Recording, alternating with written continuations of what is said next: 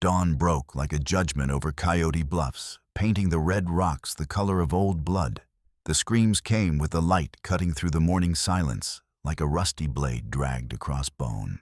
Sheriff Silas Kane spurred his horse toward the sound, his weathered hand moving instinctively to the colt at his hip. 38 years of hard living had taught him that screams at sunrise meant someone was dying or wishing they were. The desert wind carried dust and something else, the metallic scent of fresh blood, mixed with the sharp tang of fear. He found her tied to a fence post at the edge of town, wrists torn raw from struggling against hemp rope that had soaked crimson. A girl, maybe 18, with dark hair, matted against her face, and a dress that had once been blue before the desert, and violence had their way with it. Above her head, nailed to the weathered post with a railroad spike, hung a blood-spattered piece of paper. "Paid in full" was scrawled across it in black ink that looked suspiciously like dried blood. Kane dismounted his boots, hitting the hardpan with the sound of a coffin lid closing. The girl's eyes followed his movement, green eyes that held too much knowledge for someone so young that had seen things no person should see. She wasn't begging. She wasn't crying. She was just watching him with the wariness of a wounded animal that had learned to expect the worst from humanity. But there was something else in those eyes. Recognition. And buried beneath the pain, a flicker of something that might have been hope. For a moment, June Farrow was 7 years old again, watching her 16-year-old brother Tommy stand between her and their father's drunken rage. "You touch her, you go through me first," Tommy had said, his voice cracking, but his stance firm. Their father had laughed and swung anyway, but the blow had landed on Tommy's shoulder instead of June's face. "Easy now." Kane said, his voice rough from too many mornings like this one, and too many nights spent questioning every choice he'd ever made. He pulled out his knife and cut the ropes, catching her as she collapsed forward. Something crinkled between them, a leather-bound book pressed against her chest like armor. They can't have it." She whispered, her fingers clutching the book so tightly her knuckles were white as bleached bone. "Tommy. I promised Tommy they couldn't have it." Kane looked at the contract again, noting the elaborate signature at the bottom, Marshal Voss. Below that, in smaller script that made Kane's blood run cold, "Property of Ezekiel Farrow transferred in settlement of debt. No returns, no exceptions." The girl in his arms wasn't property. She was evidence. And in Coyote Bluffs, evidence had a way of disappearing along with the people who carried it, usually in shallow graves out in the red rocks, where the coyotes would scatter the bones, and the wind would erase all traces of injustice. Kane heard horses approaching from town, 3 riders, maybe 4, moving at the casual pace of predators who knew their prey had nowhere to run. Time was running out faster than water through a broken dam. "Can you write?" he asked. She nodded, though Kane could see she was lying. Blood loss and shock had left her weak as a newborn colt. Then we better move fast," Kane said, lifting her onto his horse. "Because those riders coming our way aren't here to wish us well." As he swung up behind her, Kane caught a glimpse of the book she clutched so desperately. The leather cover was worn smooth by countless hands, and the pages inside were filled with neat handwriting in multiple inks. Numbers, dates, names, the careful record-keeping of someone who understood that truth was the only weapon the powerless possessed. "What's in the book, girl?" June turned in the saddle to look at him, and Kane saw steel in those green eyes that reminded him why he'd become a lawman in the first place, back when he still believed justice was possible. "Everything," she said, her voice steady despite the pain etched in every line of her face. "Every lie, every crime, every girl who disappeared. And the proof that Marshal Voss isn't just corrupt, he's running an empire built on broken lives." Kane spurred his horse toward the red rocks, June's words echoing in his mind like a death knell. Behind them, The riders were getting closer, and Kane could hear Marshal Voss's voice carrying on the morning air like a promise of violence. But for the first time in months, Kane felt like he was riding toward something instead of running away from it. The girl in his arms had given him what he'd thought was lost forever, a reason to fight that went beyond mere survival. Kane's cabin sat hidden in a canyon between two towering sandstone bluffs, invisible from the main road and accessible only through a narrow passage that could be defended by one man with a rifle and enough ammunition. He'd built it there deliberately after the town council had made it clear that Sheriff Silas Kane was no longer welcome in polite society, no longer trusted to understand the difference between justice and progress. June had been unconscious for the better part of 4 hours, her breathing shallow but steady. Kane had cleaned her wounds with whiskey and wrapped her wrists with strips torn from his cleanest shirt, all while she clutched that leather-bound book like it was the only thing keeping her soul anchored to her body. Maybe it was. He'd seen that look before in his own mirror during the dark months after he'd tried to arrest Judge Brennan for taking bribes from the silver mining companies. The look of someone who trusted the wrong people and lived to regret every naive moment of it. When June finally stirred, she jerked upright so fast she nearly fell off the narrow cot Kane had built against the cabin's west wall. Her voice was hoarse from screaming barely more than a whisper. Safe, Kane said, though they both knew safety was a relative concept when Marshal Voss was involved. For now, June pressed her back against the rough cabin wall, green eyes darting to the door and the windows cataloging escape routes with the practiced efficiency of someone who'd learned that survival meant always having a way out. Smart girl. Too smart for her own good, probably. You're the sheriff. It wasn't a question. Kane touched the tarnished star on his vest, the metal dull and hanging crooked like a broken promise. Was. These days I'm more of a cautionary tale about what happens to lawmen who forget their place in the grand scheme of things. Why did you help me? Kane had been asking himself the same question while she slept. 3 months ago, he'd been a respected peace officer in a growing frontier town. He'd had a badge of salary and the trust of the community. Then he'd made the mistake of believing that justice was blind, that the law applied equally to rich and poor, powerful and powerless. Because someone should have helped you sooner, Kane said finally. Should have helped all the girls who came before you. June's grip on the book loosened slightly, though her knuckles remained white. My name is June. June Farrow. Kane nodded. He'd suspected as much from the blood-stained contract. Silas Kane. I know who you are. June's voice carried the weight of someone who'd heard stories, most of them carefully crafted lies. They say you went crazy. Started seeing conspiracies where there weren't any, making accusations against upstanding citizens. They say a lot of things. Kane gestured toward the book with his chin. What's that you're holding? June's arms tightened around the leather volume.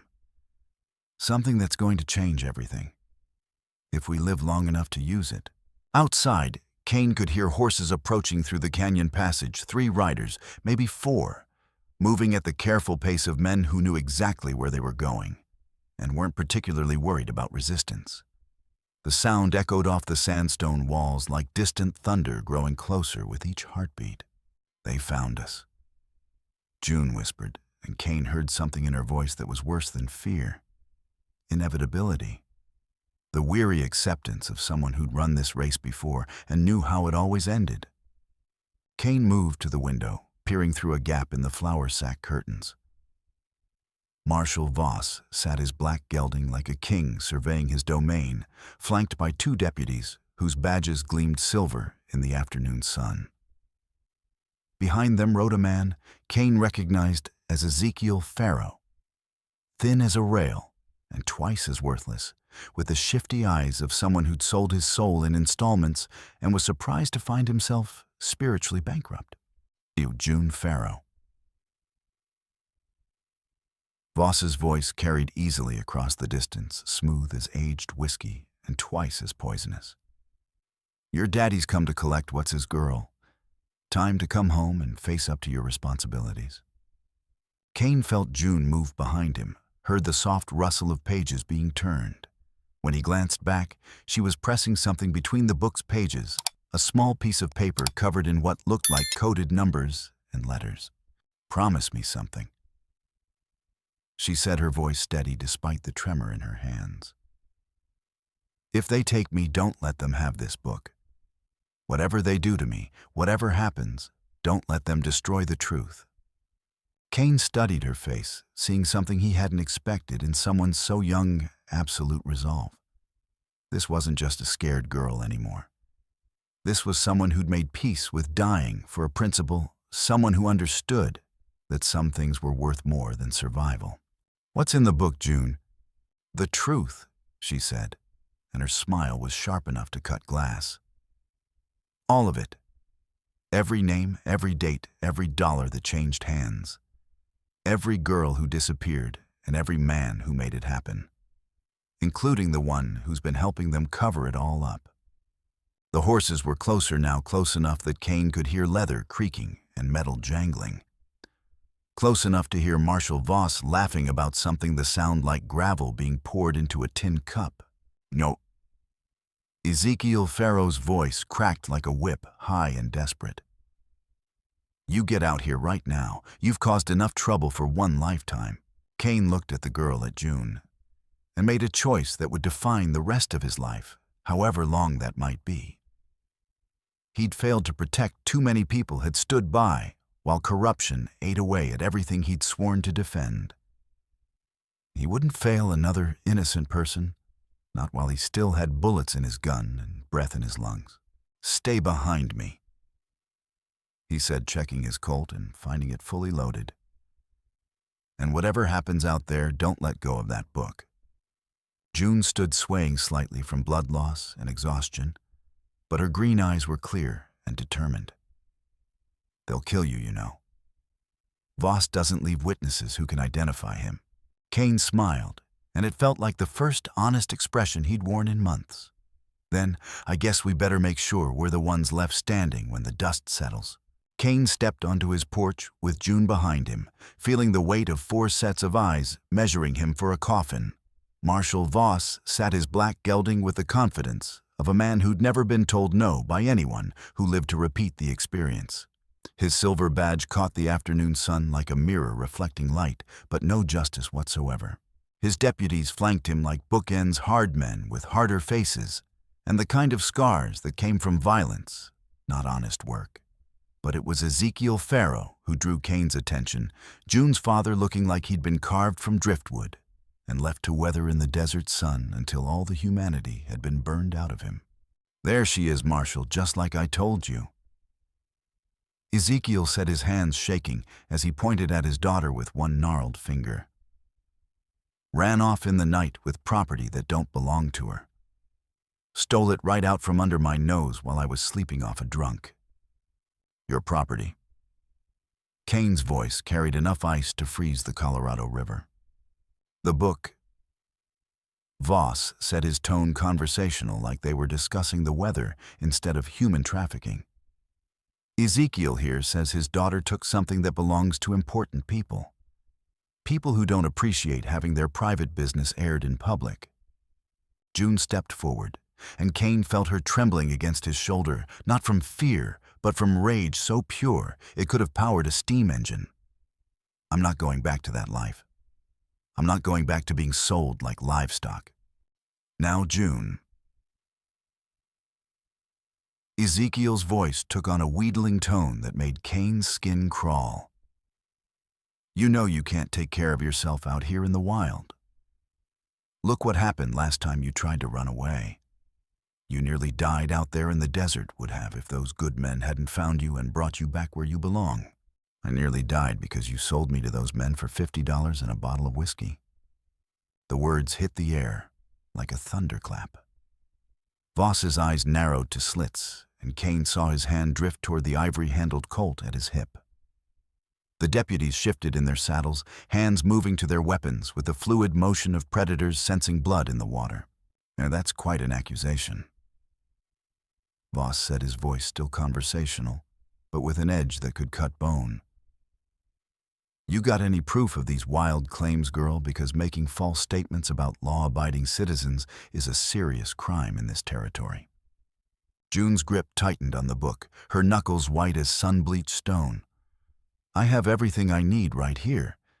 Names, dates, bank transfers. The whole operation laid out in black and white. Kane felt the moment shift, like the seconds before lightning strikes a dead tree. He'd spent enough years as a lawman to recognize when words were about to turn into bullets, when posturing was about to become killing. Marshal Kane said carefully, his voice carrying the authority he'd once wielded without question. The girl's under my protection. If you want to discuss this matter, we can do it proper like in town, with witnesses and legal representation. Voss smiled, and it was the ugliest thing Kane had ever seen. A predator's grin that promised suffering for anyone who stood in his way.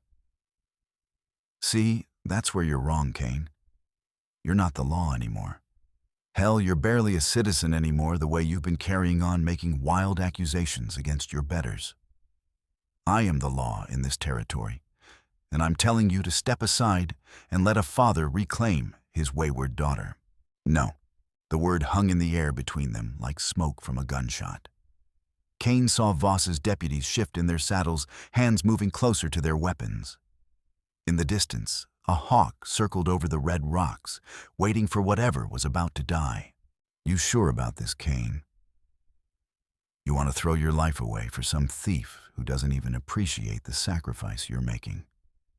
Kane looked at June, saw the hope struggling with despair in her green eyes. Someone was finally standing up for her, finally treating her like a human being instead of property to be bought and sold. It was a look that reminded Kane why he'd pinned on a badge in the first place, back when he still believed in the possibility of justice. I'm sure. Voss's smile disappeared like a candle being snuffed. Then you're both coming with me. June, you'll hand over that book like a good girl, and Kane, you'll surrender your weapon and submit to arrest for interfering with official business. Right now. The hell I will. Kane's hand was already on his Colt when the first shot rang out. The bullet splintered the porch rail inches from his head, sending wood splinters flying like shrapnel. June screamed and pressed the book tighter to her chest, ducking behind Kane's broad shoulders. That next one goes center mass, Kane. Voss had his gun drawn, smoke still curling from the barrel like incense for the violence about to follow. Last chance to see sense and do what's right, but June was already moving. She broke from behind Kane and ran for the tree line, the book clutched against her body like a shield. Kane heard Voss curse with words that would make a cavalry sergeant blush, heard the thunder of hooves as the riders spurred after her. Kane fired twice in quick succession, his bullets driving the deputies back, but not dropping them. It was too late anyway. June was disappearing into the scrub oak and sandstone maze that surrounded the canyon, running like her life depended on it. Because it did. A dust devil swirled across the desert floor. And Kane realized with growing dread that a sandstorm was building on the horizon, the kind that could bury a person alive or provide perfect cover for an escape. June was out there somewhere in that growing maelstrom alone, carrying secrets that men would kill for without losing a moment's sleep. Kane had to find her before Voss did, because if the marshal got his hands on that book, every girl who'd ever disappeared would have died for nothing, and the corruption would spread like gangrene until it infected everything decent left in the territory. Kane reloaded his gun with steady hands and headed for his horse. The game had changed, but he was still playing to win. The sandstorm hit like the wrath of an angry god, turning the world into a howling brown hell, where visibility dropped to arm's length and the wind carried sand that cut like glass fragments. Kane wrapped his bandana around his face and spurred his horse toward the last place he'd seen June running, following instinct and 20 years of experience tracking through hostile terrain.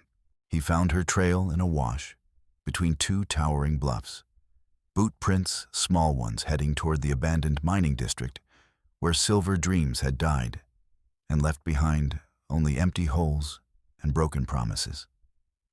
Smart girl. The old shafts would provide shelter from the storm, But they were also a maze of tunnels and vertical drops where a person could disappear forever. Behind him, Kane could hear other horses fighting through the storm and their riders shouting to each other over the howling wind. Voss hadn't given up the chase, which meant the book contained something worth dying for. Or killing for. Kane dismounted and led his horse down into the wash, following June's tracks as they filled with wind-blown sand. The walls rose on either side like the bones of some ancient beast, red sandstone, carved smooth by centuries of flash floods that had drowned unwary travelers in walls of muddy water. June, he called, knowing she probably couldn't hear him over the storm, but needing to try anyway. A gunshot echoed off the canyon walls, close enough to make Kane's horse rear and fight the rains. Through the swirling dust, he saw movement, 3 figures on horseback. Maybe 50 yards ahead, their forms wavering like mirages in the brown hell of the storm. Spread out. That was Voss's voice, carrying clearly, despite the wind. She can't have gone far in this weather. Find her, but remember, I want her alive until we get that book. Kane tied his horse to a dead juniper and continued on foot, moving from shadow to shadow with the stealth that had kept him alive through a dozen range wars and twice as many barroom confrontations. The wash split ahead, branching into 2 separate canyons, like the forked tongue of a serpent tasting the air for prey. He had to choose which way June had gone, and choose fast before Voss's men found her trail and ran her to ground like a wounded deer. That's when he saw it, a scrap of blue cloth caught on a mesquite branch leading toward the left fork, June's dress torn by thorns and desperation. The canyon narrowed as Kane followed it, the walls pressing closer together until he could touch both sides with his outstretched arms. Ahead, the passage opened into a small box canyon, dominated by the dark mouth of an old mine shaft that yawned like a wound in the red rock. June was pressed against the far wall, the book still clutched to her chest, but she wasn't alone. Deputy Marshal Tom Briggs stood between her and the mine entrance, his rifle trained on her, with the steady hands of a man who'd killed before and would again without losing sleep over it. "Don't move a muscle," June whispered as Kane approached her, voice barely audible over the wind. "He's been waiting for us." "Drop your gun, Kane." Briggs called out without turning around, his voice carrying the flat confidence of someone holding all the cards. "Nice and slow unless you want to see what this Winchester does to a young lady's spine." Kane let his Colt fall to the sand, the metal making a dull thunk against the stone. Briggs was young, maybe 25, but he had the cold eyes of someone who'd traded his soul for silver and found the bargain more than acceptable. "You too, girl. Step away from that wall and come here nice and easy. Marshal Voss has been real patient with you, but his patience is wearing thin as a worn-out saddle." June pressed herself deeper into the shadows of the canyon wall. "I won't go back. You can't make me." "The hell I can't." Briggs gestured with his rifle, the barrel never wavering from its target. "Marshal Voss has legal custody of you, signed and sealed by Judge Brennan himself. You're going back where you belong, and that book's going where it belongs too." "Where's that?" Kane asked, trying to keep the deputy talking while he calculated distances and angles. "In the fire," Briggs said with a grin that belonged on a shark. "Where all lies and troublemaking belong." June shook her head violently, tears streaming down her dirt-stained cheeks. "You don't understand. What's in this book? The things I've seen, the girls who've disappeared. If people knew the truth, if they saw what I've documented." "What truth?" Kane asked, genuinely curious, despite the rifle pointed at his chest. June looked at him with eyes that held too much pain for someone so young. "My brother," she whispered. "They took my brother 2 years ago.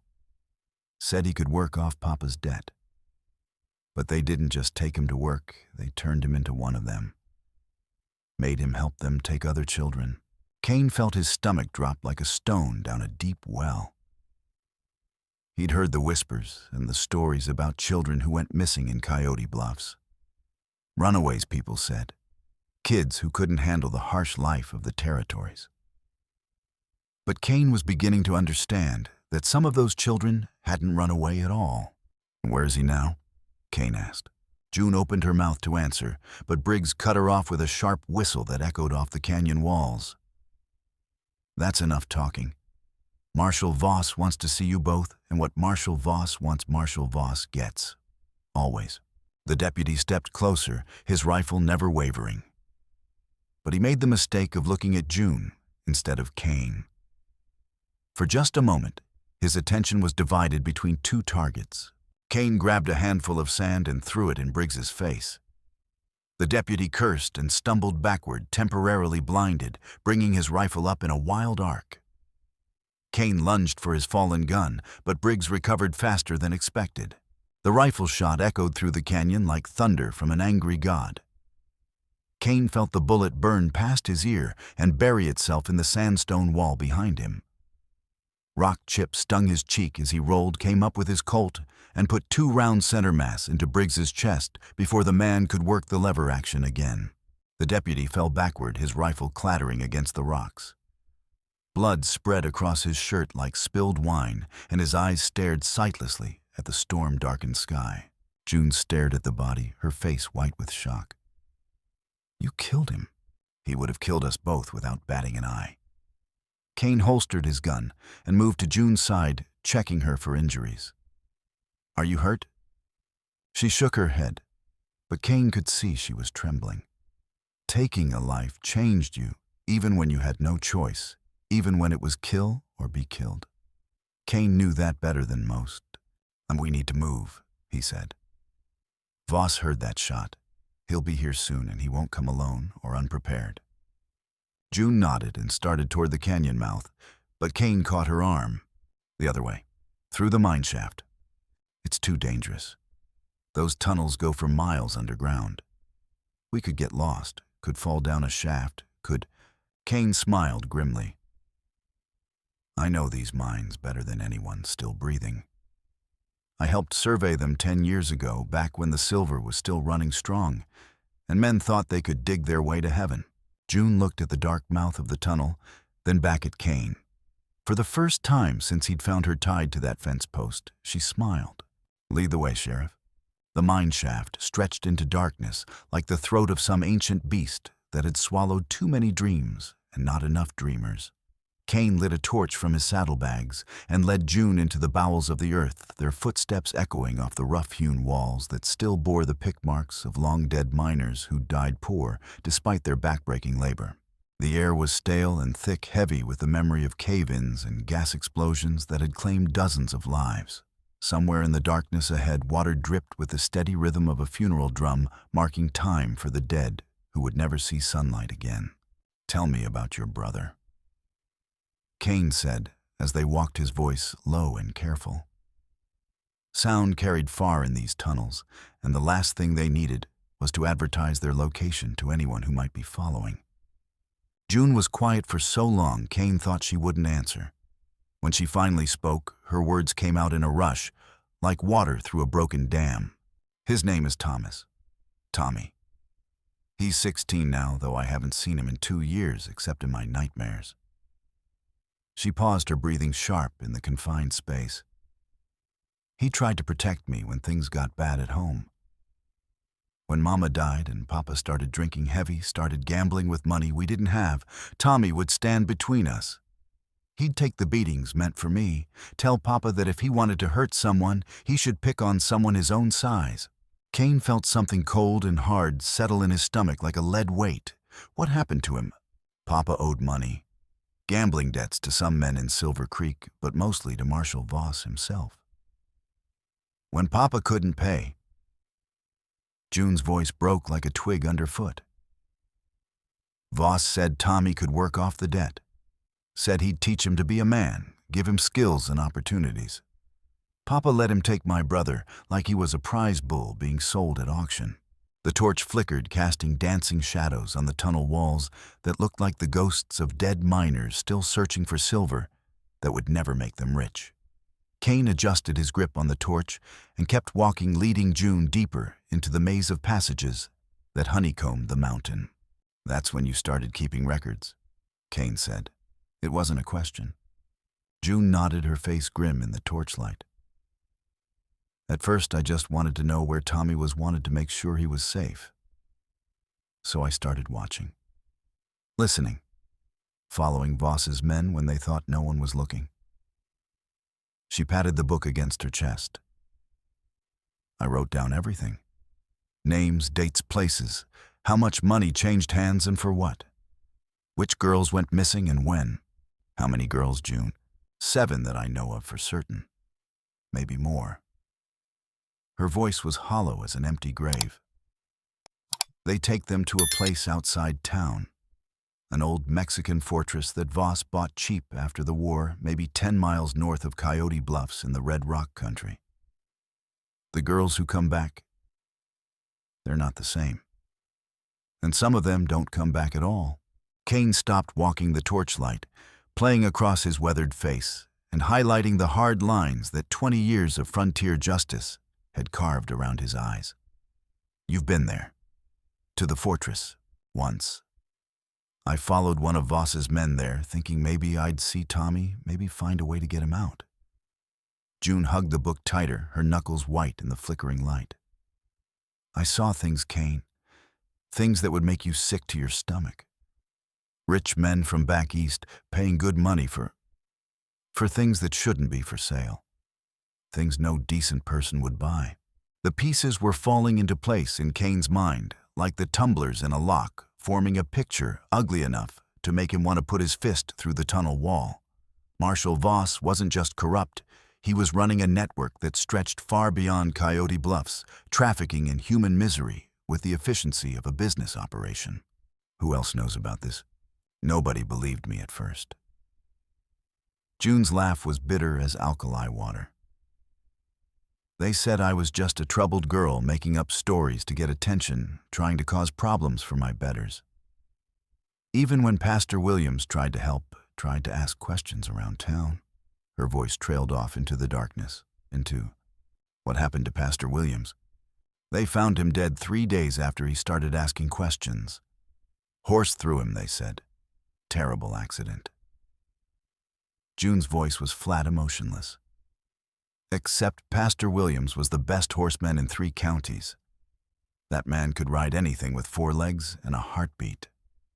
Kane remembered Pastor Williams, a good man, who'd preached about justice and caring for the least among them, and the kind of man who would have believed a desperate girl's story when no one else would listen.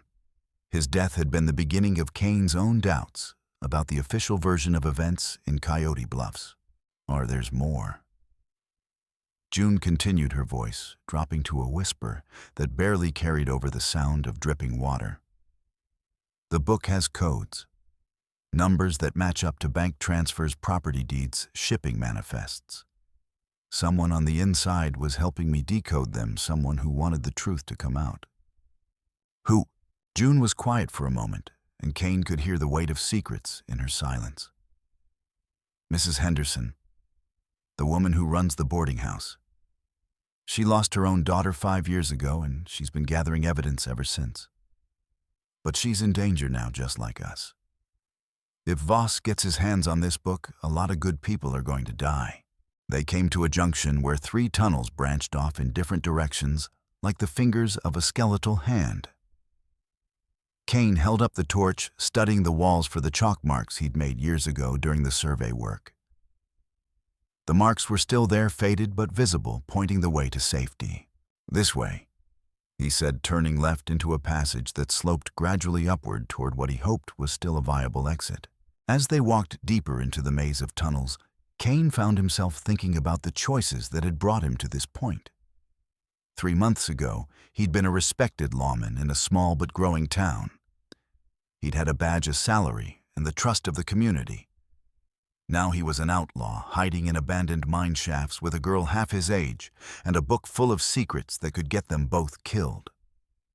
But for the first time in months, Kane felt like he was doing something that mattered. Something that might actually make a difference in the world, even if he didn't live to see the results. June said suddenly, her voice small in the darkness, "Do you think Tommy's still alive?" Kane wanted to lie to give her the comfort of false hope. But June deserved better than lies, especially after everything she'd been through. "I don't know," he said honestly. "But if he is, if there's any part of your brother left in whatever they turned him into, we're going to find him, and we're going to bring him home." They walked in silence for another hour, and the tunnel gradually sloping upward toward what Kane hoped was another exit. He could feel the air getting fresher, which meant they were close to the surface and relative safety.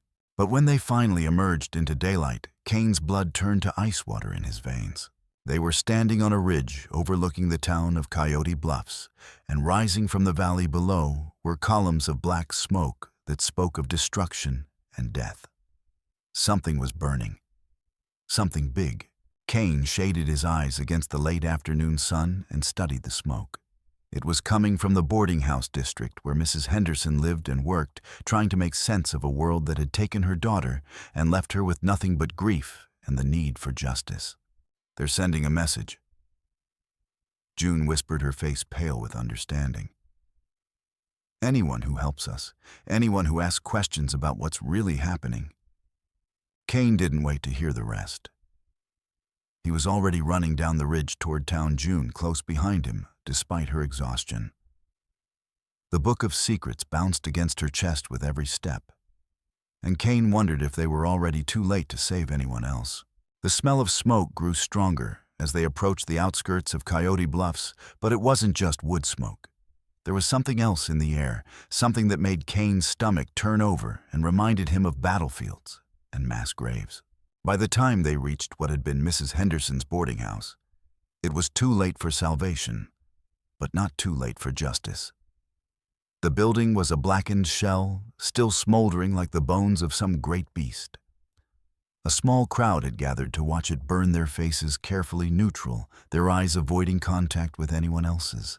Kane grabbed the nearest man by the arm, Carl Brennan, the judge's brother and a member of the town council. "What happened here?" Brennan shrugged Kane off like he was diseased. "Accident, I heard. Old woman probably fell asleep with a candle burning. These old houses, you know how they go up." But Kane could see the fear in Brennan's eyes, could read the truth in the way the crowd avoided looking directly at the ruins. This was no accident, and everyone knew it. "Where's Mrs. Henderson?" June asked, her voice steady despite the horror of what they were witnessing. Nobody answered. Nobody even looked at her. They just stood there in their guilty silence, complicit in their cowardice accessories to murder through their refusal to act. Kane felt something cold and hard settle in his chest like a tumor. In Coyote Bluffs, silence was just another word for collaboration. And he was beginning to understand that the corruption ran deeper than he'd ever imagined, infecting the very soil the town was built on. As they turned to leave, Kane noticed something nailed to a charred fence post beside the smoking ruins. A piece of paper singed around the edges, but still readable in the gathering dusk. It was a warning written in the same hand that had marked June as "paid in full" to those who would spread lies and cause trouble. This is what happens to troublemakers. Below that, in smaller script that made Kane's blood boil, "Next time, it won't be just a house that burns." June read the message over Kane's shoulder, her face white with fury that burned hotter than the smoldering ruins. They killed her. They murdered a defenseless old woman just to make a point. Kane nodded grimly. The stakes had just gone up considerably. This wasn't just about saving June anymore, or even about finding her brother. This was about stopping monsters who would burn down the world to protect their secrets, who would kill anyone who threatened their profitable little empire of human misery. "We need help," Kane said, though he already knew what June's answer would be. "There's nobody left who hasn't been bought, scared, or killed." Kane looked at the smoking ruins, at the silent crowd of cowards, at the fear written across every face. June was probably right. In Coyote Bluffs, Marshal Voss held all the cards, owned all the players, and controlled all the outcomes.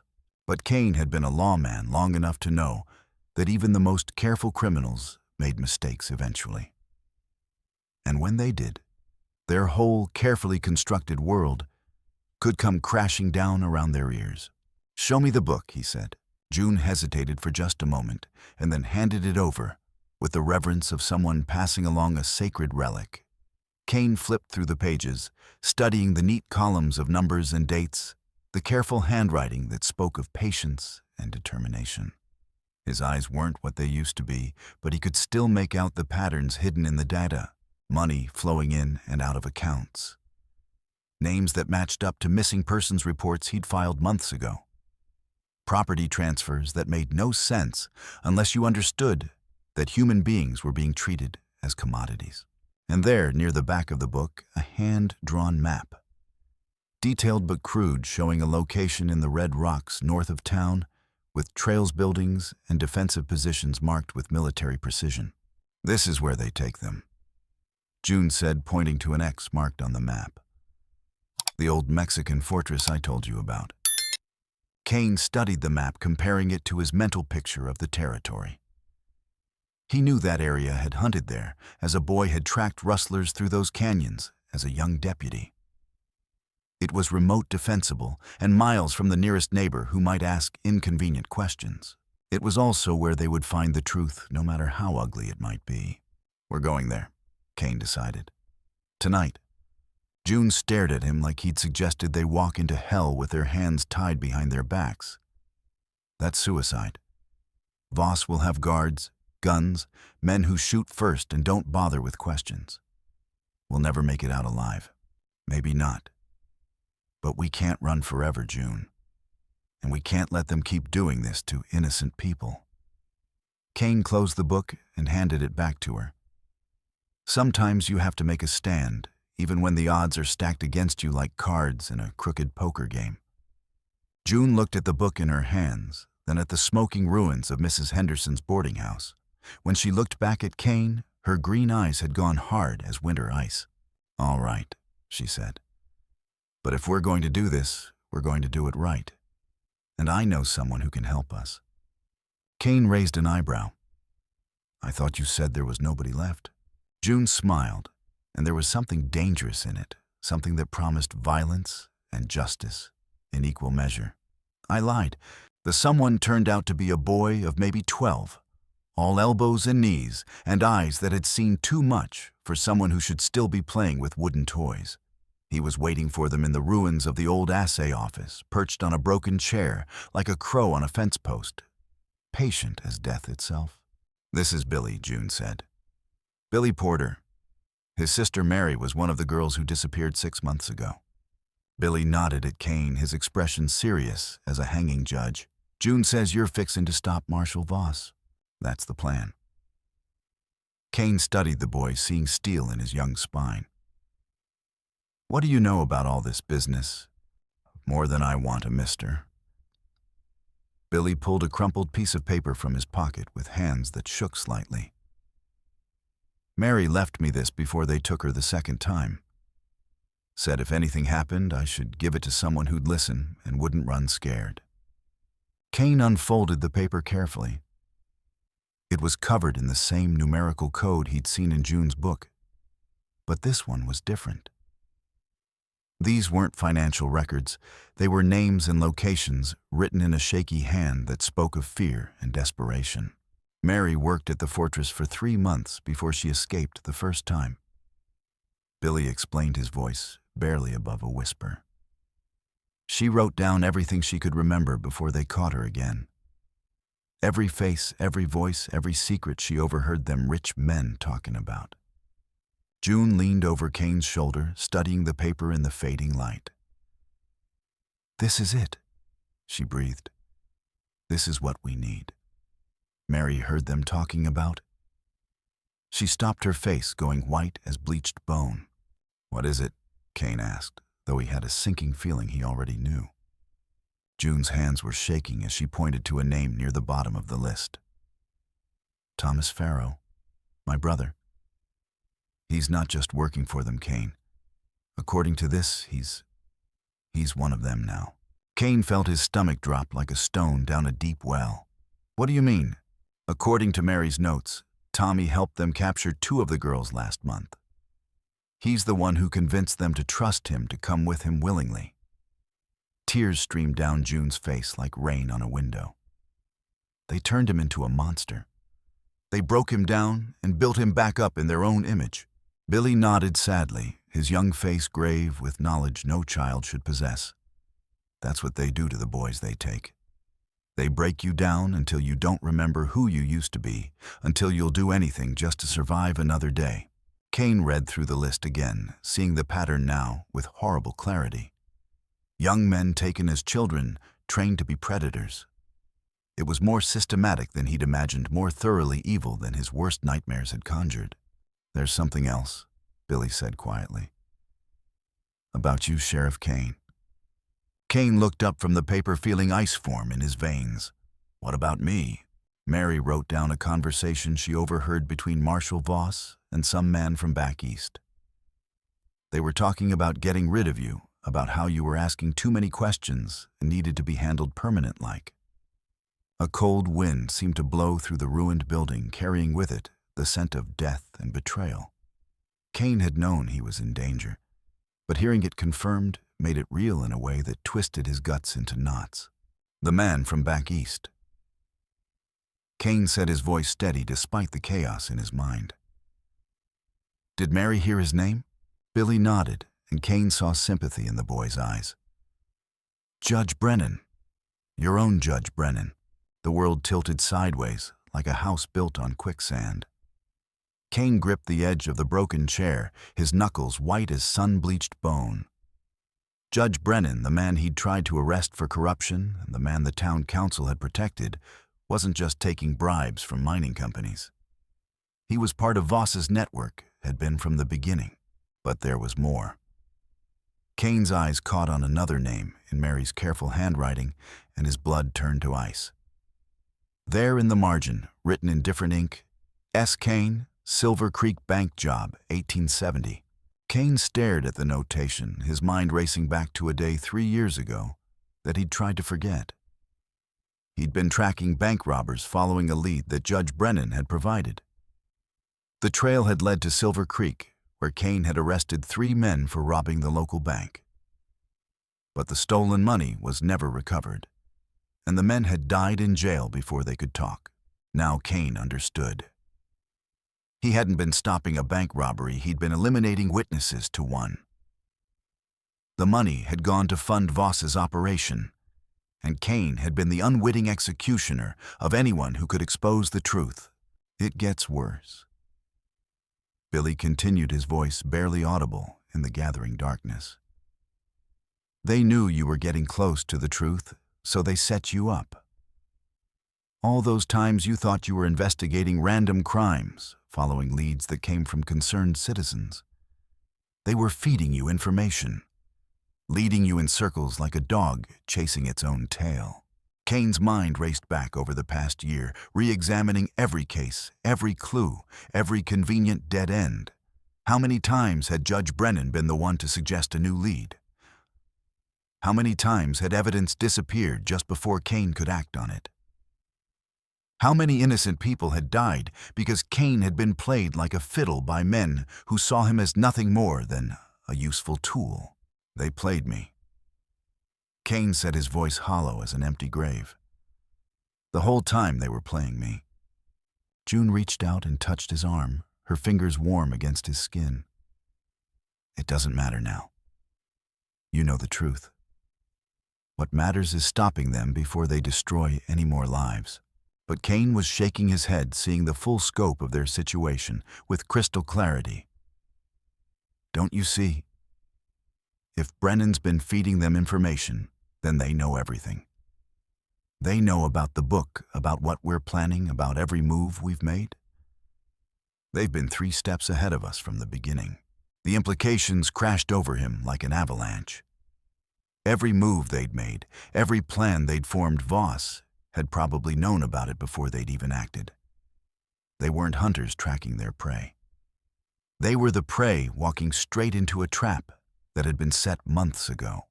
"We have to run," Kane said, though the words tasted like ashes in his mouth. "Get out of the territory, find someone in the federal marshals who's clean." "No." June's voice was quiet but firm as bedrock. Running won't save the other girls. It won't save my brother, and it won't stop them from doing this to other families in other towns. Your brother is past saving June. You read Mary's note. He's one of them now, and there's no coming back from that kind of darkness. June flinched as if Kane had slapped her, but her voice remained steady. You don't know that. People can change. They can come back from the worst things if someone gives them a chance, if someone believes in them enough to fight for their soul. Kane wanted to believe, her wanted to have that kind of faith in human nature. But he'd seen too much lost, too much to trust in redemption anymore. Sometimes people were just broken beyond repair-damaged goods that couldn't be fixed, no matter how much love you poured into them, even if you're right. Kane said, "We can't help anyone if we're dead. And walking into that fortress is suicide, especially now that we know they're expecting us." Billy cleared his throat, and both adults turned to look at the boy, who'd been listening with the patience of someone far older than his years. "Actually, it might not be suicide," Billy said carefully. "Mary's note has something else in it, something that might give us a chance." Kane and June both leaned forward, hope flickering in their eyes, like candle flames in a strong wind. "What is it?" June asked. Billy pointed to a section of Mary's notes that Kane had initially dismissed as random numbers. "It's a schedule. Voss sends most of his men into town every Tuesday night for some kind of meeting. Something about coordinating with the town council and other important people. If we timed it right, there'd only be a skeleton crew at the fortress." Kane checked his mental calendar, feeling time pressing against them like a physical weight. Today was Monday, which meant tomorrow night, he said. Billy nodded. "Tomorrow night we might actually have a chance to get in, get the girls out, and get evidence that even Judge Brennan can't make disappear." Kane looked at June, saw the desperate hope in her eyes. She was asking him to risk everything on the slim possibility that her brother could be saved, that the corruption could be stopped, that justice could somehow prevail in a world that seemed to have forgotten what justice meant. It was madness. It was hopeless. It was probably going to get them all killed. It was also the right thing to do. "All right?" Kane said, feeling something settle into place in his chest, like a puzzle piece finding its proper position. "We go tomorrow night. But we do this smart. We get in, we get evidence, we get the girls out, and we get out alive. Anyone who wants to come with us can make that choice. But I won't ask anyone to die for this cause." June smiled through her tears, and for the first time since Kane had found her tied to that fence post, she looked like the young woman she should have been all along. But as they made their plans in the gathering darkness, none of them noticed the figure watching from the shadows of the burned-out boarding house. Mrs. Henderson stepped back into the deeper darkness, a smile playing at the corners of her mouth. She had work to do, and Marshal Voss would be very interested to hear what the famous Sheriff Kane was planning for tomorrow night. Tuesday night came wrapped in clouds, thick as wool blankets, the moon hidden behind a gray ceiling that turned the desert into a sea of shadows and whispered threats.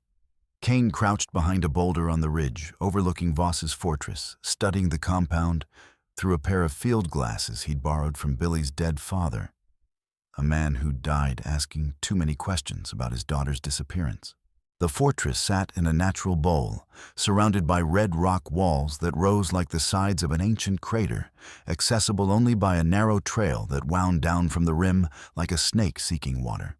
It was a Mexican stronghold from the war, built to withstand siege and assault with thick adobe walls and strategically placed gun ports that commanded every approach. But Billy had been right about the timing.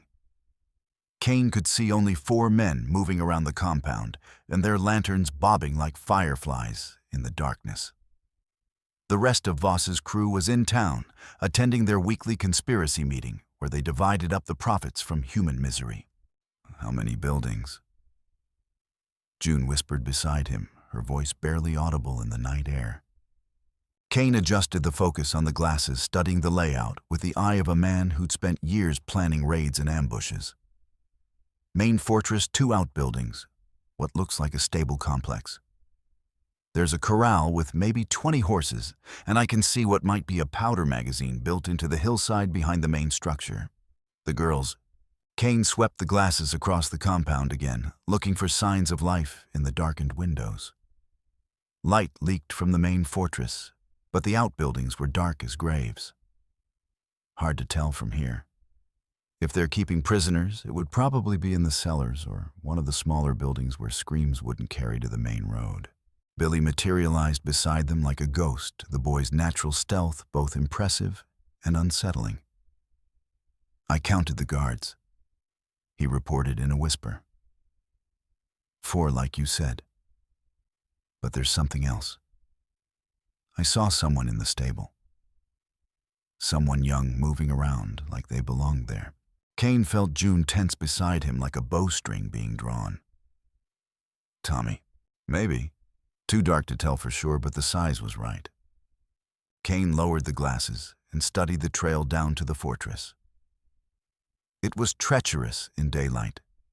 At night, it would be a death trap if they had to make a quick escape. But there was no other way in or out of the bowl, which was probably exactly how Voss liked it. Or here's how we do this. Kane said, his voice carrying the authority of a man who'd led men into battle and brought most of them home again. Billy, you stay here with the horses. You're our early warning system and our escape route. If we're not back in 2 hours, you ride for the territorial capital and find a federal marshal who hasn't been bought yet. I want to come with you. Billy protested, and Kane could hear the boy's desperate need to do something, anything to help his sister. Someone needs to tell the story if we don't make it out. Kane said firmly. That someone is you. The dead can't speak for themselves, but the living can speak for the dead. Billy nodded reluctantly, understanding the weight of responsibility Kane was placing on his young shoulders. June and I go down together. Kane continued. We find evidence, we find the girls, and we get out fast. No heroics, no unnecessary risks, no trying to save everyone if it means losing everyone. June's hand found his in the darkness, her fingers small and scarred but steady. What about Tommy? Kane met her eyes, seeing the desperate hope struggling with realistic fear. If he's there, if he wants to come with us, we'll take him. But June, if he tries to stop us, if he's truly one of them now, I know. Her voice was barely audible, but Kane heard the steel beneath the whisper. I know what we might have to do. They made their way down the trail single file, Kane leading with his gun drawn, and his senses alert for any sound that didn't belong to the night. The rocks were treacherous underfoot, worn smooth by years of wind and rain, and the passage of men with dark purposes. Every step seemed to echo in the stillness, though Kane knew the sound was mostly in his imagination. The fortress loomed larger as they approached its adobe walls rising 20 feet into the darkness. Kane could see gun ports cut into the walls at regular intervals, and he had no doubt that the interior was a maze of defensive positions and killing fields designed to stop any assault. But they weren't planning an assault. They were planning a rescue. Kane led June to the eastern wall, where the shadows were deepest and the wall showed signs of weathering and neglect. He'd noticed through the field glasses that some of the adobe bricks had crumbled, leaving handholds that a determined person could use to scale the wall. Can you climb? Kane whispered. June nodded, though Kane could see the pain in her eyes from the ankle she'd injured in the mine shaft. She was tough as rawhide, but even rawhide could only take so much punishment before it snapped. Kane went first, finding purchase in the crumbling mortar between the adobe bricks. The wall was 20 feet high, but it might as well have been 200 for all the noise his boots made scraping against the ancient brick. Every sound seemed amplified in the desert stillness. He reached the top and helped June up, both of them, breathing hard from the climb. The interior of the fortress spread out below them like a map of human misery buildings, arranged around a central courtyard with covered walkways connecting the various structures.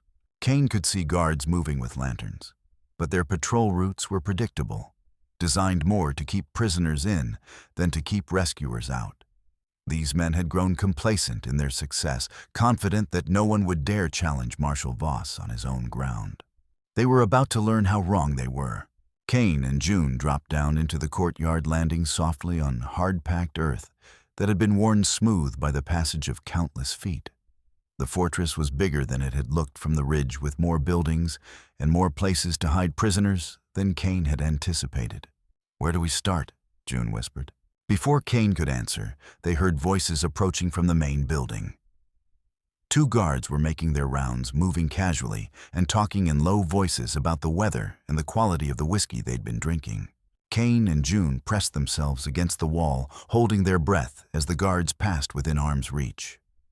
Kane could have reached out and touched them, could have put them both down quietly with his knife. But that would have raised questions when they failed to report in. The guards moved on their voices, fading into the distance. Kane waited another full minute before moving, then led June toward the nearest outbuilding. The door was unlocked, which told Kane more about the security of the place than any amount of reconnaissance could have.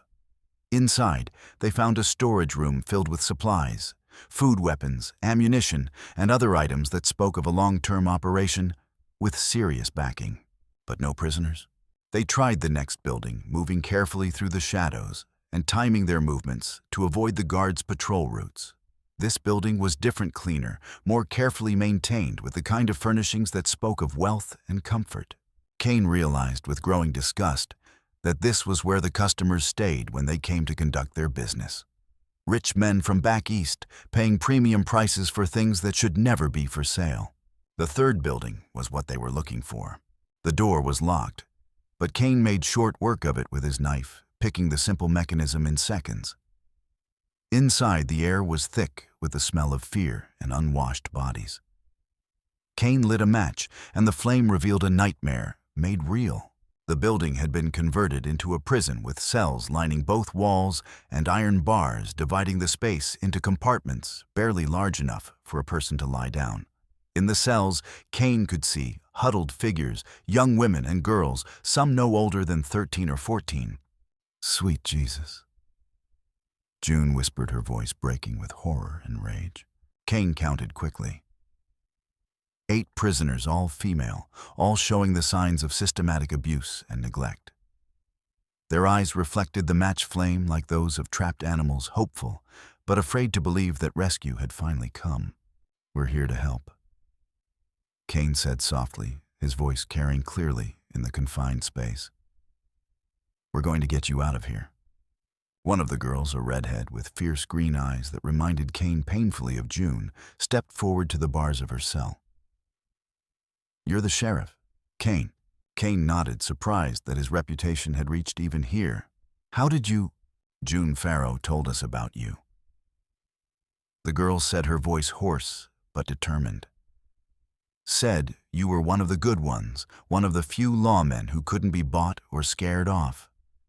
I'm Mary Porter, Billy's sister." Kane felt a surge of relief so strong it nearly knocked him off his feet. Mary was alive, which meant Billy's information had been accurate, which meant they might actually have a chance of getting out of this alive. "Are you hurt?" Kane asked, studying the faces around him. "Can you all walk?" Mary nodded, and Kane could see the steel in her spine that had kept her alive through months of hell. "We've been planning our own escape for weeks. We know the guards' routines, the weak points in their security. We just needed someone on the outside who cared enough to help." Kane looked at the 8 faces staring back at him through the iron bars, young women who should have been planning weddings and naming babies, not plotting their survival against monsters who wore human faces. The rage that filled him was cold and pure, the kind of anger that could drive a man to do terrible things in the name of justice. "Where are the keys?" Kane asked.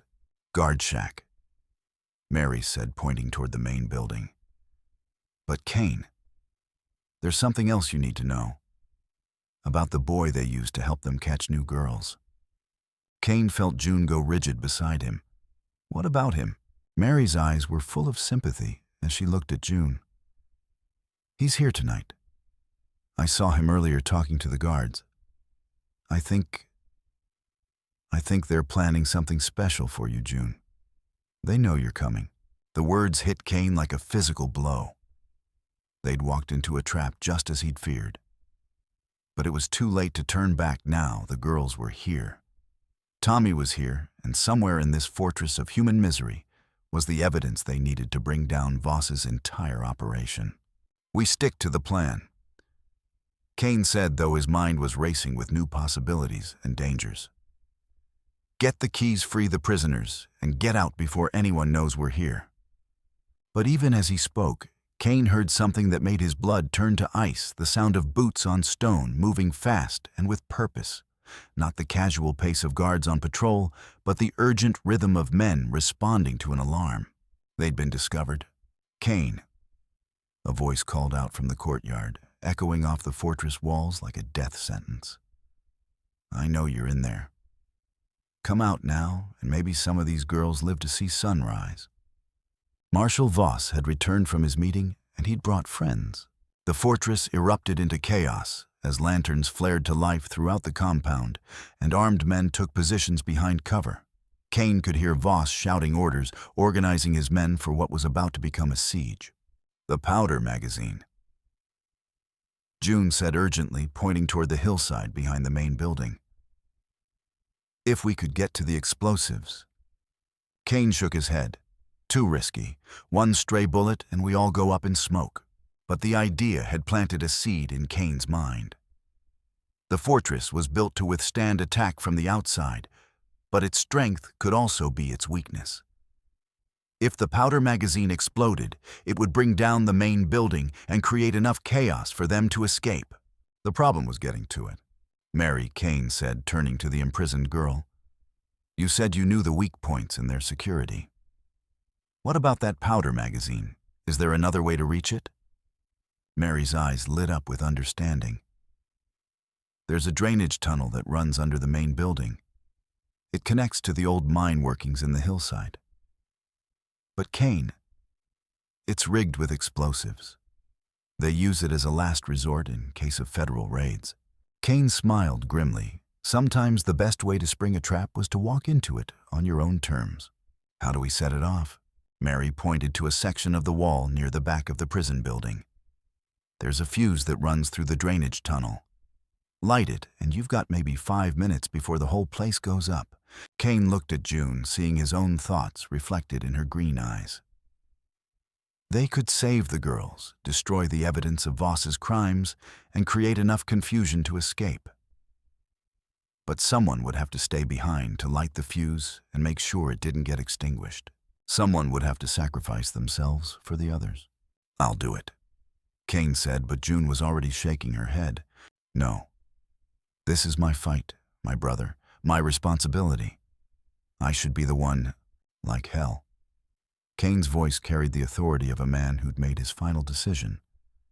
"You get the girls out. I'll handle the fireworks." But before either of them could move, they heard footsteps in the corridor outside the prison building. Someone was coming, moving carefully, but deliberately toward their location. Kane drew his gun and positioned himself beside the door, motioning for June to get down behind the cells. The footsteps stopped just outside, and Kane could hear the soft sound of someone breathing. Then the door opened, and a young man stepped inside, a gun in his hand and a badge on his chest. Thomas Farrow had come home at last. Tommy stood in the doorway, his gun trained on Kane, but his eyes locked on his sister. In the lamplight, Kane could see a face that might have been handsome once, before something vital had been beaten out of it by men who traded in human souls. "Hello, June," Tommy said, his voice flat and emotionless. "Been a long time, Tommy." June's voice was barely a whisper, full of pain and hope and desperate love. "I've been looking for you. I never stopped believing you were alive." Tommy's gun never wavered. "Maybe you should have. Would have saved yourself a lot of trouble." Kane could see the conflict in the young man's eyes, the war between what he'd been forced to become and what he'd once been. This wasn't a hardened killer. This was a broken boy pretending to be a man, doing what he had to do to survive another day in hell. "I know what they did to you," June said, stepping closer despite the gun pointed at her heart. I know what they made you do. But you're still my brother. You're still the boy who used to sing me to sleep when Papa was drunk and angry. That boy is dead." Tommy's voice cracked slightly, the first sign of emotion Kane had seen from him. "He died the first time Voss made me watch what they did to the girls they brought here. Died a little more each time they made me help them." "No." June shook her head, tears streaming down her face. "You're still in there, Tommy. I can see it in your eyes. You hate what you've become, hate what they made you do." Tommy's hand started to shake, the gun wavering in his grip. "You don't understand. I can't come back from this. I've done things, horrible things, things that can't be forgiven." Kane saw his opportunity and took it. While Tommy was focused on his sister, Kane moved fast and quiet as a striking snake. His hand closed over Tommy's gun, twisting it away and stepping between the siblings. But instead of fighting, Tommy let the weapon go, collapsing to his knees as if invisible strings holding him up had been cut. "I'm sorry," Tommy whispered, his voice breaking. "I'm so sorry, June. I tried to be strong, tried to resist them, but they broke me. They broke me into pieces and put me back together wrong." June dropped to her knees beside her brother, wrapping her arms around him as he sobbed like the child he'd been when Voss had taken him away. "It's not your fault. None of it was your fault." Kane kept watch at the door, listening to the sounds of Voss's men moving through the fortress. They were running out of time, and the touching reunion would have to wait until they were all safe. "Tommy," Kane said urgently, "can you help us? Can you help us save these girls and bring Voss down?" Tommy looked up, his eyes red with tears, but clearer than they'd been since Kane had first seen him. "The fuse Mary told you about, it runs right past Voss's office in the main building. There's evidence there, documents that prove everything. Bank records, correspondence with important people back east, lists of customers and prices." Kane felt hope stir in his chest. "Can you get us there?" Tommy nodded, wiping his eyes with the back of his hand. "I know every inch of this place, every secret passage, every hidden room. Voss made sure of that." "What about the guards?" "Most of them are outside, setting up a perimeter to keep you from escaping." "But Kane..." Tommy's voice dropped to a whisper. "There's something else. Someone you trusted has been working for Voss all along. Someone who told him you were coming tonight." Kane felt ice form in his veins. "Who?" "Mrs. Henderson. She's been Voss's eyes and ears in town for years. The boarding house fire was just theater to make you trust her more." The betrayal hit Kane like a physical blow. Mrs. Henderson, the woman who'd lost her own daughter, who'd helped decode the book, who'd been gathering evidence, she'd been playing them from the beginning. But there was no time to process the implications. Outside, Kane could hear Voss shouting orders, organizing his men for an assault on the prison building. They had minutes, maybe less, before the walls came down around them. "The drainage tunnel," Kane said. "Can you get us there?" Tommy nodded. "Follow me." "And Kane, when we light that fuse, this whole place is going to come down. Anyone still inside won't make it out." Kane looked at the 8 imprisoned girls at June, clutching her brother at the fortress full of armed men who dedicated their lives to human misery. Some choices were easy, even when they were hard. "Then we better make sure the right people get out alive." Tommy led them to a section of the prison building's back wall, where the stones were loose and crumbling. Behind the stones was a narrow opening that led to the drainage tunnel Mary had described, a passage barely wide enough for a person to crawl through. "The fuse runs along the ceiling," Tommy explained as they squeezed into the tunnel. "There's a lantern about 50 feet in. Light the fuse there and you'll have 5 minutes to get clear before the powder magazine goes up." Kane could see the fuse now, a black line running along the tunnel's ceiling like a snake made of gunpowder and death. The whole fortress was sitting on top of enough explosives to level a city block. "Where Mary?" Kane called back to the girls. "Get everyone ready to move. When that fuse lights, we run for the wall and don't stop until we're clear of the blast radius. Mary nodded, already organizing the other prisoners with the efficiency of someone who'd been planning escapes for months. These girls had survived hell itself. They wouldn't be stopped by a few guards and some adobe walls. Kane crawled forward to where the lantern weighted, his hands steady despite the chaos erupting above them. He could hear gunfire now, Voss's men shooting at shadows and each other in their panic to find the intruders. "Kane," June called from behind him. "When you light that fuse, how do we know you'll make it out in time?" Kane smiled, though she couldn't see it in the darkness. "You don't. But someone has to make sure this gets done right, and I'm the only one here stupid enough to volunteer." He reached for the lantern, but Tommy's hand stopped him. "No," the young man said firmly. "This is my fault. All of this happened because I wasn't strong enough to resist them, because I let them turn me into something I never wanted to be. I should be the one to set things right." Kane studied Tommy's face in the dim light, seeing determination there and something else. Peace, maybe. The kind of peace that came from finally knowing what you had to do to make amends for the things you'd done wrong. Tommy, no, June whispered, understanding what her brother was planning. "I have to, June. I have to do this one thing right." Tommy took the lantern from Kane's hands. "Get the girls out. Get them somewhere safe. And tell people what happened here. Tell them about the men who buy and sell children like livestock." Before June could protest, Tommy was crawling deeper into the tunnel toward the point where the fuse connected to the main explosive charge. Kane grabbed June's arm and started pulling her back toward the prison building. "We have to go, now." They emerged from the tunnel just as the first explosion rocked the fortress. Not the main charge that was still coming, but something smaller. Maybe a guard had gotten careless with a lantern near some ammunition. Kane didn't wait to find out. He gathered the 8 imprisoned girls and led them toward the breach in the wall, June, helping to support the weakest ones. Behind them, he could hear Tommy moving through the drainage tunnel, getting closer to the main fuse. "Kane." Voss's voice boomed across the courtyard. "I know you're in there. Come out now and I'll make your death quick." Kane ignored him, focusing on getting the girls to safety. They reached the wall, just as the second explosion shook the fortress, bigger this time, close enough to rain debris down on their heads. "Oh, climb!" Kane shouted, boosting the first girl up the crumbling wall. "Don't stop, don't look back."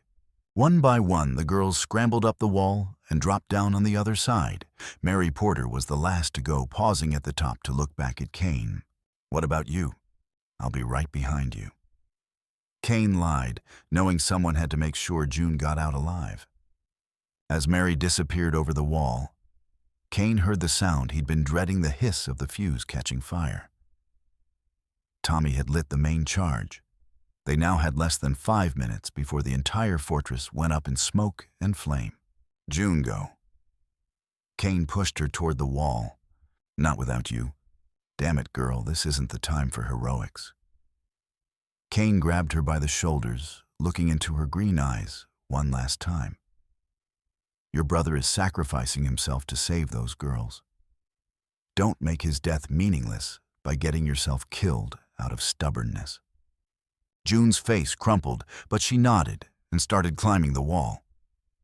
Kane boosted her up and then followed, his boots scraping against the ancient adobe as gunfire erupted behind them. Voss had found the prison building. Kane and June dropped down on the other side of the wall just as the main charge detonated. The explosion was like the end of the world, a sound so loud it went beyond hearing into pure physical sensation. The ground shook, the air filled with debris, and a pillar of fire rose into the night sky like the wrath of an angry god. Kane threw himself over June, shielding her from the falling stones and burning timber that rained down around them. The fortress was collapsing in on itself, centuries of history crumbling into rubble and dust. When the dust finally settled, Kane looked up to see a crater where the fortress had been. Nothing could have survived that explosion. Not Voss, not his men, not the evidence of their crimes. And not Tommy Farrow, who had died lighting the fuse that brought justice to Coyote Bluffs. June was crying, her tears cutting tracks through the dust on her face. Kane helped her to her feet, both of them staring at the destruction before them. "He saved them all," June whispered. "Tommy saved them all." Kane nodded, feeling the weight of the young man's sacrifice. Tommy had found redemption in the end, had chosen to die, as the brother June remembered, rather than live as the monster Voss had tried to create. The 8 rescued girls were waiting for them by the horses, Billy Porter crying as he held his sister Mary in his arms. They were all alive, all free, all witnesses to the crimes that would now have to be answered for by the men who'd financed and enabled Voss's operation. "What now?" Mary asked. Kane looked at the smoking ruins of the fortress, then at the group of survivors who trusted him to keep them alive. "Now we go home. We tell our story to anyone who'll listen, and we make sure something like this never happens again." As they rode away from the destroyed fortress, Kane found himself thinking about justice and redemption, about the price of truth and the cost of standing up to evil. Tommy Farrow had paid the ultimate price, but his sacrifice had meaning. 8 girls were free. A network of corruption had been exposed, and the truth would finally see daylight. It wasn't a perfect ending, but it was a just one. 6 months later, Kane stood in the cemetery on the hill overlooking Coyote Bluffs, watching June place wildflowers on a new grave marker. The headstone was carved from local sandstone, with words that June had chosen herself. Thomas Farrow. He chose love over fear. The trials had made headlines across the territory. Judge Brennan had been arrested the morning after the fortress explosion, caught trying to flee with a saddlebag full of gold coins. His trial had revealed the scope of the corruption, a network that stretched from Coyote Bluffs to Washington, D.C., involving politicians, judges, and businessmen who'd profited from human misery. The 8 girls Kane and June had rescued had all testified, their combined voices too powerful to ignore or silence. Brennan and 12 co-conspirators had been sentenced to hang, though Brennan had died of a heart attack in his cell before justice could be carried out. Mrs. Henderson had disappeared the night of the fortress explosion, probably warned by Voss's men that their operation was collapsing. Kane didn't expect they'd ever see her again. But her betrayal had been a reminder that corruption could wear any face, even one that seemed sympathetic to the cause of justice. "You sure about this?" Kane asked as June adjusted the new badge on her vest. June nodded, her face serious but determined. "Someone needs to protect this territory from people like Voss and Brennan. Might as well be someone who understands what it's like to be powerless." The territorial governor had offered June a position as deputy U.S. Marshal, making her the first woman to hold such a position in Wyoming territory. Kane had recommended her without hesitation, knowing that she had the strength and integrity to use the power wisely. Kane himself had been offered a promotion to territorial marshal, but he declined. Instead, he'd accepted a position as the territory's first official advocate for missing children, with authority to investigate cases that local law enforcement couldn't or wouldn't handle. "There's something else," June said, reaching into her saddlebag. She pulled out a small wooden horse, carefully carved and painted in bright colors. One leg had been broken and mended with wire and patience. "Tommy made this for me when I was 7. June explained. "I want you to have it, as a reminder that broken things can be fixed, that people can change, that families can heal even after they've been shattered." Kane accepted the gift with hands that were steadier than they'd been in years. "What about you? What will you keep to remember him?" June touched the badge on her chest, then gestured toward the town spreading out below them. "This, all of this, a place where children are protected instead of preyed upon, where the law serves the innocent instead of the guilty."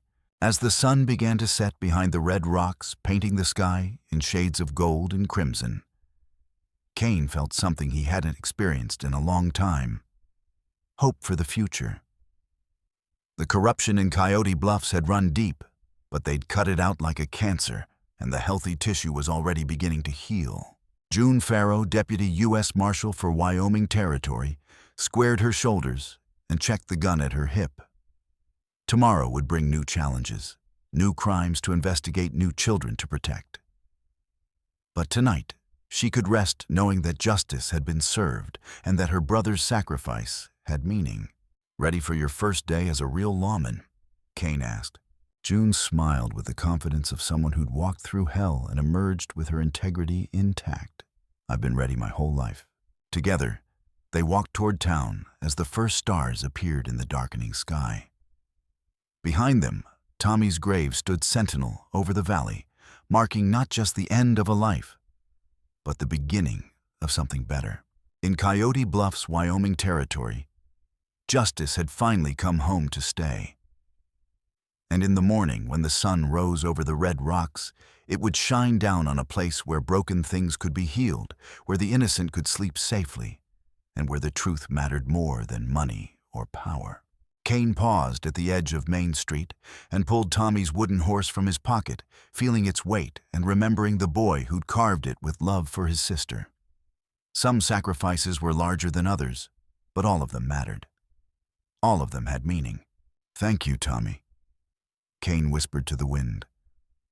"Your sister's safe now. They're all safe." The wooden horse seemed to catch the last rays of sunlight, its painted colors bright against Kane's weathered palm. He tucked it carefully back into his pocket and followed June toward their shared future, carrying with him the knowledge that sometimes the best way to honor the dead was to protect the living. The story of Coyote Bluffs had been written in blood and betrayal, but it would be rewritten in hope and healing. And that Kane thought, as he watched June stride confidently toward tomorrow, was the most beautiful ending any story could have.